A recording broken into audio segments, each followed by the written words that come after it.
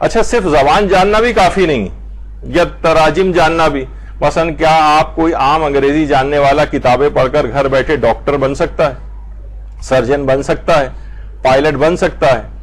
مثلا کوئی ڈاکٹر کوئی کہے کہ بھائی انگریزی میں تو ہیں کتابیں اور انگریزی مجھے آتی, میڈیکل کی کتابیں میں گھر پہ بیٹھ کے پڑھ رہا ہوں. کوئی ڈاکٹر کے پاس آپ جائیں وہ کہے گا میں نے ساری کتابیں گھر پہ پڑھی ہیں, اور فوراً اٹھ کے آ جائیں گے نہیں بھائی آپ سے علاج نہیں کروانا ہے. سرجن کہے کہ بھائی میں نے 100 کم سے کم یوٹیوب کے اوپر آپریشن دیکھے ہوئے ہیں یہ والے جو میں آج آپ کا پہلی دفعہ کرنے کے لیے آ رہا ہوں, تو کوئی اس سے آپریشن نہیں کرائے گا, آپریشن ٹیبل سے اٹھ کر بھاگ جائیں گے لوگ. پائلٹ اگر اعلان کرے کہ آج میری پہلی فلائٹ ہے, ماشاءاللہ سے کچھ دعا کیجئے گا کامیاب, سارے مسافر اتر کے بھاگ جائیں گے وہاں سے. تو بہرحال یہ کیا ہے کہ یعنی فقط یہ تو پھر بھی یعنی ایک خاص علم حاصل کیا جاتا ہے, اس سے گو تھرو ہوا جاتا ہے, امتحان پاس کیے جاتے ہیں, پھر اس کے بعد جو ہے وہ اس علم کو انسان حاصل کرتا ہے. یہاں آپ کہہ رہے ہیں قرآن کے سلسلے میں ہر شخص بس نا آزاد ہے, یعنی وہ قرآن کے اندر کود پڑے اور اپنے عقائد بھی اس سے نکال لے خود ہی تمام چیزیں, کیونکہ یہ تو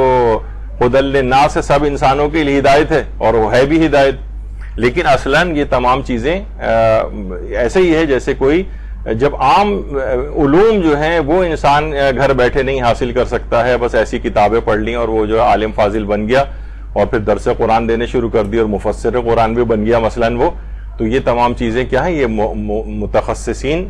کے ذمے رکھیں. ہاں عام عوام